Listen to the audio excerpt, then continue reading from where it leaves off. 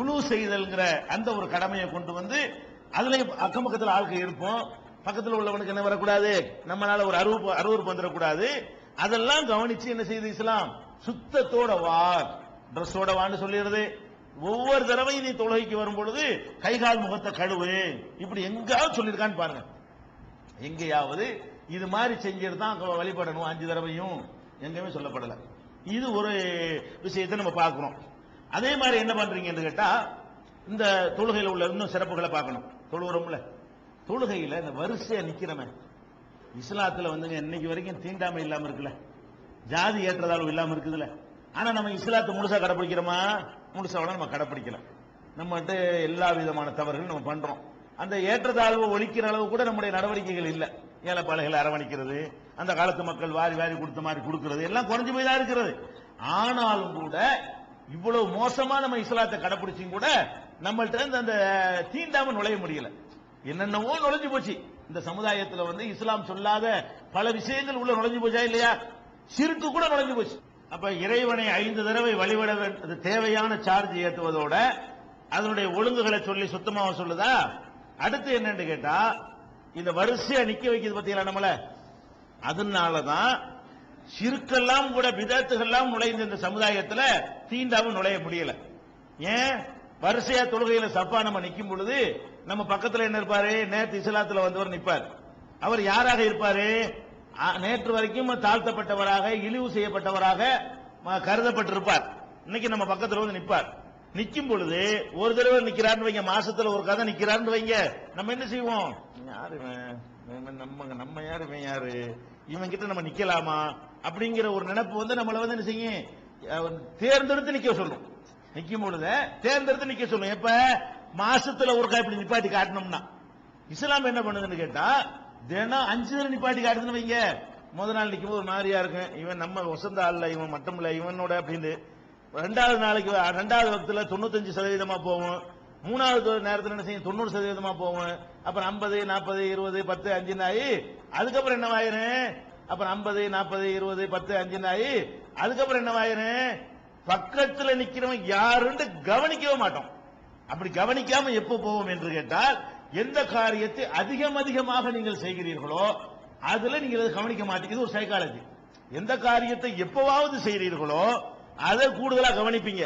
எந்த காரியத்தை நீங்க அடிக்கடி செய்கிறீர்களோ அதுல என்ன செய்ய மாட்டீங்க, சில விஷயங்களை கவனிக்கவே மாட்டீர்கள். என்ன கவனிக்க மாட்டீங்க? டவுன் பஸ்ல போறீங்க, ரயில்ல போறீங்கன்னு சொன்னா உங்களுக்கு ஞாபகம் இருக்கும், இன்னைக்கு யாரு என் பக்கத்துல இருந்தா, ஏன் அவனையே திரும்பி 40 மணி நேரம் 20 மணி நேரம் 15 மணி நேரம் பார்த்துட்டே இருப்பீங்களா, சொல்லித்தான் ஆயிருவீங்க. டவுன் பஸ்ல உள்ளதுல நீங்க எத்தனை டவுன் பஸ்ல போயிருப்பீங்க, எலக்ட்ரிக் ட்ரெயின்ல வந்திருப்பீங்க. உங்க வலது பக்கம் இருந்தால் யாரு, கற்பனை இந்த மூஞ்ச கொண்டு வைப்போம் தெரியாது. உங்க இடது பக்கம் நின்றால் யாரு, கற்பனை பண்ணி அந்த மூஞ்ச யாரா இருக்கும், இடது பக்கம் ட்ரெயின்ல நம்ம வந்தோமே உங்களுக்கு தெரியுதா? அந்த மாதிரி இப்ப கேளுங்க, இஷாவுல உங்களுக்கு வலது பக்கம் நின்றால் யாருன்னு கேளுங்க. ஒரு முஸ்லீம் கிட்ட போய் யாருன்னு யாரோ ஒருத்தர் நின்றாங்க, யாருன்னு தெரியாத. இடது பக்கம் யாருன்னு நின்றா, அப்ப நம்ம பக்கத்துல நிக்கிறவர் யாருன்னு கூட நம்ம கவனிக்காம போயிடுறோம்ல. அதுதான் இந்த சகோதரத்தை உண்டாக்குது. இஸ்லாத்துல நீ என்னத்தெல்லாம் நாசமாக்கி வச்சா கூட தீண்டாமைய கொண்டாந்து உன்னை அறியாம கூட நுழையல. நம்மள அறியாம கூட இந்த சமுதாயத்தில் கீழ் நிலையில் இருக்கிற ஒருத்தன் கூட தீண்டாமை கடைபிடிக்க மாட்டேங்கிறான். இஸ்லாத்தை அறவே கடைபிடிக்காதவன் கூட என்ன செய்ய மாட்டேங்கிறான், நான் யாரு நீ யாருவா, நான் வசதி நீ தாழ்த்தின்னு சொல்றானா, என்னை தொடாதன்னு சொல்றானா, ஏன் சொல்ல மாட்டேங்கிறான்? இந்த இஸ்லாம் கடைபிடிக்கக்கூடிய இந்த தொழுகை முறை திரும்ப திரும்ப திரும்ப திரும்ப ஒன்றோட கொஞ்சம் வாரம் சொல்லியாவது இருப்பான்ல, இந்த வாரம் இருக்கிறவன்ட்டை கூட என்ன செய்யுது, வாரம் பக்கத்தில் நின்று பழகுறான். இப்படி இவனுக்கு பக்கம் அவன், அவனுக்கு பக்கம் அவன், முதல்ல நம்ம பின்னாடி அவன் தலை நம்ம காலில் பட, நம்ம தலையில் அவங்கால் பட, இந்த மாதிரி எல்லாம் இப்படி ஒரு பழகி போன பிறகு நம்ம எந்த மாதிரி ஆயிடுறோம்னு கேட்டா, எல்லாம் மனுஷன். என் பக்கத்துல ஜனாதிபதி நின்றாலும் எனக்கு ஒண்ணுதான், என் பக்கத்துல நேத்து வந்து தாழ்த்தப்பட்டவனா இருந்தானே அவன் நின்றாலும் எனக்கு சமந்தான் என்கிற அளவுக்கு நம்ம மாறிட்டோமா இல்லையா? பக்கத்துல நின்றவர் யாருன்னு கூட கவனிக்காம போகணும். அது எதனால உண்டாகுது? படைச்ச இறைவனுக்கு இந்த சைக்காலஜி தெரியுமில்ல, இவங்களுக்கு திருப்பி நிப்பாட்ட மறந்துடுவாங்க. அளவு தெரியுமில்ல, திருப்பி நிப்பாட்ட கவனிக்க மாட்டாங்க. பக்கத்துல யாருன்னு கவனிச்சா தானே விவகாரமே. நீ என்னைய தொடாத நான் உன்னைய தொடாத கவனிக்கணும். கவனிக்காட்டி எவன் தொட்டா என்ன, எவன் தொடாட்டி எனக்கு என்ன, அப்படி போயிருமா இல்லையா? முதல்ல இவங்க கவனிக்காத அளவுக்கு ஆக்கணும். அப்படின்னு ஆக்குறதுனாலதான் இந்த இஸ்லாமுடைய இந்த கூட்டு தொழுகை முறை தீண்டாமையே சட்டம் போட்டு ஒழிக்க முடியாத தீண்டாமையை சஃபுல நிப்பாட்டி ஒழிச்சு காட்டுது. சட்டம் போட்டு தீண்டாமை, வன்கொடுமை சட்டம், அந்த சட்டம், இந்த சட்டம், எல்லா சட்டத்தையும் போட்டு இன்னைக்கு ஒழிக்க ஏறல, தோல்வியில் இருக்கிறது. ஒரு சட்டமும் இல்ல, ஒளிஞ்சிருச்சுங்க. எந்த சட்டமும் இல்லாமல் ஒளிஞ்சது காரணம் என்ன? இஸ்லாம் தேர்ந்தெடுக்கிற இறைவனிடமிருந்து வந்த மார்க்கமா இருக்கிறதுனால இதெல்லாம் சவுக்கு எடுத்தாலும் சரியா வராது. மனசை மாத்தணும், மனசுல உள்ள அந்த கசடை நீக்கணும், அதுக்கு வேற ட்ரீட்மெண்ட் கொடுக்கணும். எல்லாம் என்ன செய்யணும்?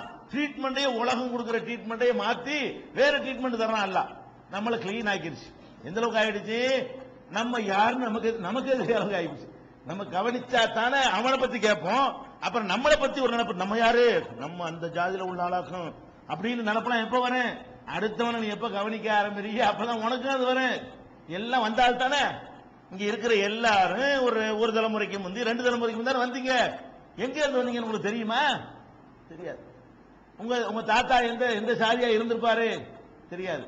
உங்க முப்பாட்டனார் எந்த சாதியா இருந்திருப்பாரு? தெரியாது. நம்ம எங்கிருந்து வந்தோம் என்பது நமக்கு மறக்க வைக்கிறது பாருங்க.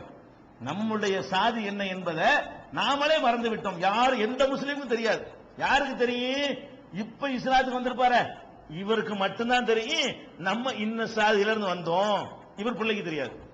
இப்ப இஸ்லாத்துக்கு வந்திருக்கிறார் பாருங்க, இவருக்கு தான் தெரியுமே தவிர இவருடைய பிள்ளைக்கு என்ன தெரியும்? உங்க அப்பா யாரு, முஸ்லீம் தான் தெரியும். இவருக்கு தான் தெரியும், அவருக்கு தான் தெரியும் எங்க அப்பா அவரு, எங்க அப்பா இவருன்னு சொல்லி யாருக்கு தெரியும்? வந்தார் அவருக்கு தெரியும். வந்தவருடைய பிள்ளைக்கு என்ன தெரியும்னா, நீ யாரா? நான் முஸ்லீம். உங்க அப்பா யாரா? முஸ்லீம். முடிஞ்சு வச்சுக்காத. அதனால என்ன செய்ய மாட்டேங்குது? தாத்தா கூட தெரிய மாட்டேங்குது. நமக்கு யார் தெரியல? தாத்தாவுடைய சாதி கூட நமக்கு தெரிய மாட்டேங்குது. முப்பாட்டனாருடைய சாதி தெரிய மாட்டேங்குது. அப்ப இந்த தொழுகையில அல்லாஹ் நமக்கு ஆன்மீக ட்ரைனிங்கும் எடுக்கிறான். அதுதான் நோக்கம். இது சமத்துவத்துக்காக இந்த வணக்கத்தை அல்லாஹ் தரல அப்படி நினைக்கவும் கூடாது. ஆன்மீகத்துக்கு தந்த இந்த வணக்கத்துல அடிஷனலா இதெல்லாம் கூடுதலா இருக்கிறது. கூடுதலாக இந்த மாதிரியான நன்மைகள் இருப்பதையும் பார்க்கிறோம். இது ஒரு மேட்ரு. அடுத்து என்ன? அதை கூட இஸ்லாம் எப்படி பண்ணுதுன்னா, நம்மள்ட்ட அது கடைப்பிடிக்கிறது நிறைய பேர். அதனால சின்ன சின்ன ஒரு பூசல்கள் இருந்து கொண்டிருக்கிறது. நெருக்கி நெல்லு. இந்த சஃபுல கூட எப்படி நிக்கணுமா? இடையில நின்றா சைத்தானுக்கு இடம் விட்டுறாத. தோளோட தோல் நல்லா ஒட்டிக்கிட்டு நெல்லு. ஒருத்தனுக்கு ஒருத்தன் என்ன செய்யணும்? ஒட்டணும். எங்கேயாவது ஒருத்தர ஒட்டு, தோல் தான் ஒட்ட முடியும். அதான் அகலமா இருக்குது. வேற இடங்கள்லாம் ஒடுங்கி போயிருக்கும். அப்ப ஒரு மனுஷனோட மனுஷன் ஒட்டுறது எது பொருத்தமான இடம்? உன் தோல் அவன் தோல் ஒட்டணும், ஒட்டிக்கிட்டு தான் நிக்கணும். இதுல நிறைய பேர் இடம் விட்டுருக்காங்க, பார்த்தா விளங்காததுனால நம்ம பள்ளியில கூட நடுவுல ஒரு பாதி பேர் நிக்கலாம் நினைக்கிறேன். 2-3 பேர் நிக்கிற இடத்துல 4 பேர் நிக்கலாம். அந்த மாதிரி இடைவெளி விட்டு நிக்கிறாங்க. இடைவெளியே இருக்கக்கூடாது. என்ன செய்யணும்? நல்லா உரசிடணும். இது நம்ம என்ன நினைக்கிறோம்? உரசுறா ஒரு மனுஷன் மேல எப்படி உரசுறது? அதெல்லாம் உரசுனாத்தான் சகோதரத்துவம் உண்டாகும். அதெல்லாம் உரசுனாத்தான் அண்ணன் தம்பி ஆகுவீங்க. அதெல்லாம் உரசுனாதான் தீண்டாம ஒளியும். இல்லாட்டி அல்லாஹ் உங்க கல்புகளுக்கு மத்தியில பிளவை ஏற்படுத்தி விடுவான். ரசூல் ஸல்லல்லாஹு அலைஹி சொல்றாங்க, லத்து சவ்வுன்ன சுஹுபக்கும், உங்கள் சப்புகளை வரிசை சரியாக சீராக்கி கொள்ளுங்கள், இல்லாட்டி உங்க கல்புகள் அல்லாஹ் பிளவை ஏற்படுத்திடுவான் என்று ரசூல் ஸல்லல்லாஹு அலைஹி சொன்னாங்க. அதுக்கு அர்த்தம் என்ன? இந்த அர்த்தம் அடங்கி இருக்கிறது. ஒட்டுனா நீ தீண்டாமை கடைபிடிக்க மாட்ட, நெருக்கித்தான் ஒட்டணும். பாரம்பரிய முஸ்லிமா இருந்தாலும் ஒருத்தரோட ஒருத்தனை செய்யணும், ஒட்டி கொண்டு நிக்க வேண்டும். அந்த அணிவகுப்பு. அதே மாதிரி ஒரு ராணுவத்துக்கு நிகரான, மிலிட்டரிக்கு நிகரான ஒரு கமாண்டிங் தொழுகையில எப்படி? ஆவாம இஷ்டத்துக்கு ஒருத்தன் இப்படி, ஒருத்தன் அப்படி, ஒருத்தன் இப்படி, அதெல்லாம் கிடையாது. ஒரு ராணுவம் குனி அம்புட்டு பேர் முடியும். அப்படி அல்லாஹ் அக்பர் செய்யறான். அப்படி பார்த்தா ஒரு மிலிட்டரி மாதிரி இருக்குதுங்களா? ராணுவத்தெல்லாம் இதை பார்க்க முடியாது. ராணுவத்தில் மிட்டுக்குள்ள கூட சில பேர் சிலிப் ஆயிருவான்.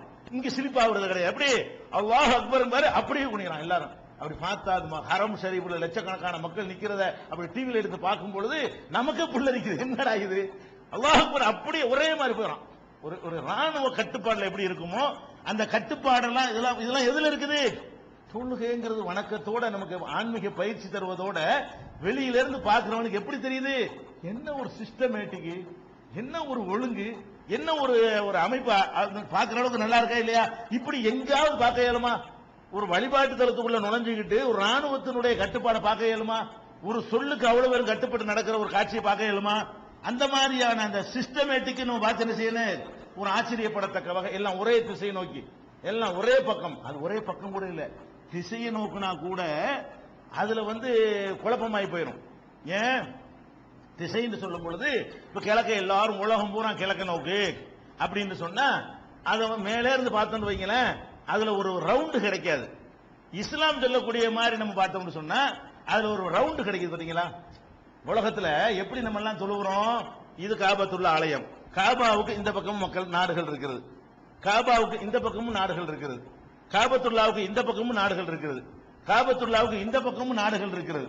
இது எப்படி உலகம் நோக்குது?